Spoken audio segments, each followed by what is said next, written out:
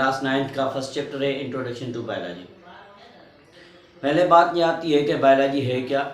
तो बायोलॉजी एक ब्रांच है नेचुरल साइंस की, जिसके अंदर हम लिविंग ऑर्गेनिज्म के बारे में पढ़ते हैं।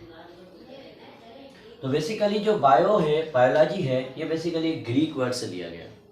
ग्रीक वर्ड है बायोस, जिसकी मीनिंग है लाइफ। दूसरा जो वर्ड है इसके साथ वो है लोगास, और लोग्स भी कहा जाता है इसको। Study, knowledge, study of life is called biology. Second चीज़ के व्हाट इज लाइफ। लाइफ को किसी भी जो है पर्टिकुलर डेफिनेशन में डिफाइन नहीं कर सकते हम। सिंपली हम कह सकते हैं कि life is the name of activities. Activities जितनी भी होती हैं उनको हम लाइफ ही कहते हैं। अब हमारे पास वो एक्टिविटीज़ क्या हैं। तो पहली हमारे पास आती है रेस्पायरेशन। रेस्पायरेशन क्या है? एक ऐसा अमल जिसमें ग़िज़ा को तोड़ा जाता है ऑक्सीजन की मौजूदगी में। इस अमल को क्या कहा जाता है? इस अमल को कहा जाता है रेस्पायरेशन। होता है क्या है इसमें? एनर्जी बनती है। क्या बनती है? एनर्जी बनती है। नंबर दूसरा हमारे पास जो है डाइजेशन। ऐसा अमल जिसमें ग़िज़ा के बड़े मालिक्यूल्स को छोटे मालिक्यूल्स में तब्दील किया जाता है एंजाइम्स की मदद से, ताकि वो इजीली डिफ्यूज हो सकें। इसको कहा जाता है डाइजेशन। नंबर तीसरा जो हमारे पास है, जिसको हम कहते हैं एक्सक्रीशन। एक्सक्रीशन क्या है? ऐसा अमल जिसमें जो बॉडी के अंदर जो बेकार चीज़ें बनती हैं उनको बॉडी से बाहर खारिज किया जाता है। इस अमल को कहा जाता है एक्सक्रीशन। नंबर चौथा जो हमारे पास है, जिसको कहा जाता है मेटाबॉलिज्म। मेटाबॉलिज्म में क्या होता है? जो केमिकल रिएक्शन हमारे बॉडी के अंदर होते हैं उनको मेटाबॉलिज्म कहा जाता है। इसमें दो होते हैं हमारे पास केमिकल रिएक्शन, या तो एनाबॉलिक होते हैं या तो कैटाबॉलिक होते हैं। एनाबॉलिक में क्या किया जाता है? जो छोटे मॉलिक्यूल होते हैं उनको ऐड करके एक बड़े मॉलिक्यूल बनाए जाते हैं। इसमें क्या होता है? एनर्जी स्टोर होती है। लेकिन जो दूसरा है जिसको हम कैटाबॉलिक कहते हैं, उसमें क्या होता है? एनर्जी रिलीज होती है। तो बड़े मॉलिक्यूल्स क्या होते हैं? छोटे मॉलिक्यूल्स में तब्दील किए जाते हैं। नेक्स्ट हमारे पास आता है कि ग्रोथ क्या है। तो ग्रोथ क्या है? बेसिकली ग्रोथ है कि जो है it is an irreversible change in the shape, weight and height of organism.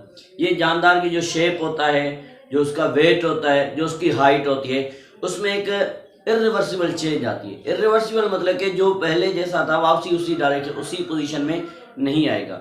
जैसे कि एक प्लांट हम ग्रो करवाते हैं, बीज लगाते हैं, उसमें से एक छोटा प्लांट बनता है, लेकिन वो छोटा प्लांट जो है आगे चल के तब्दील हो जाता है एक बड़े ट्री में। अब वो आगे दूसरे प्लांट्स बनाएगा, लेकिन खुद जो है एक बीज में कन्वर्ट नहीं होगा। ये वाला जो मैकेनिज्म है इसको हम कहते हैं ग्रोथ।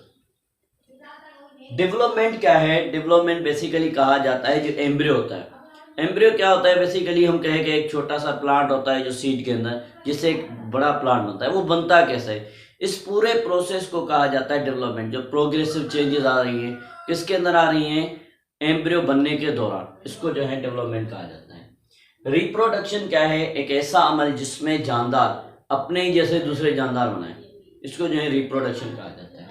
इरिटेबिलिटी में क्या होता है कि जानदार के बॉडी के अंदर कोई चेंज आती है और वो चेंज को उसको जो है नॉर्मल करने के लिए जो रिस्पॉन्सेस देता है, इसको इरिटेबिलिटी कहा जाता है। मूवमेंट क्या है? मूवमेंट कहा जाता है कि ऑर्गेनिज्म जो है स्टिमुलाई के तरफ जो है अपनी एक्शन परफॉर्म करें।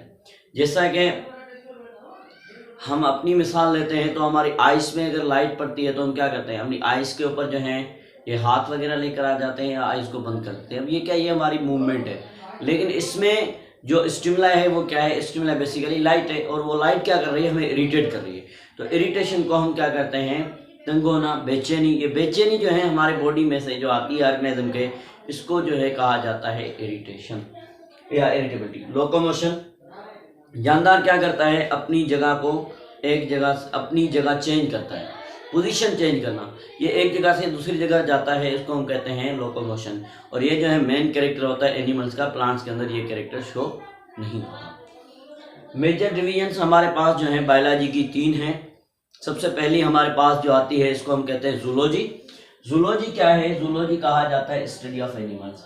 सेम ये भी क्या है? ये भी ग्रीक वर्ड से लिया गया है। दूसरा बॉटनी। बॉटनी भी क्या है? ये भी ग्रीक वर्ड से लिया गया है। स्टडी ऑफ प्लांट्स, प्लांट्स की जो स्टडी होती है इसको हम कहते हैं बॉटनी। और नंबर 3 जो हमारे पास जो मेजर डिवीजन आती है इसको कहा जाता है माइक्रोबायोलॉजी। माइक्रोबायोलॉजी बेसिकली एक ग्रीक वर्ड है, माइक्रोन से लिया गया है, स्मॉल। बायोज लाइफ, लॉग्स मीन्स के स्टडी। इसमें हम किस चीज़ के बारे में स्टडी करते हैं? तो इसमें हम स्टडी करते हैं माइक्रोस्कोपिक ऑर्गेनिजम्स के बारे में। माइक्रोस्कोपिक ऑर्गेनिज्म कौन से होते हैं? ऐसे ऑर्गेनिजम्स जिनको हम अपनी नेक्ड आई से नहीं देख सकते, जैसा कि बैक्टीरिया हो गया। बैक्टीरिया हमें आम आंखों से हमें दिखाई नहीं देता, लेकिन इसको हम देख सकते हैं किसकी मदद से? By the help of microscope. तो ऐसे जानदार जिनको हम माइक्रोस्कोप की मदद से देख सकते हैं, इनको कहा जाता है माइक्रोस्कोपिक ऑर्गेनिजम्स। और आज हमारा जो है ये फर्स्ट लेक्चर जो है 9th क्लास का इंट्रोडक्शन इधर कंप्लीट होता है। इंशाल्लाह नेक्स्ट लेक्चर में मिलते हैं।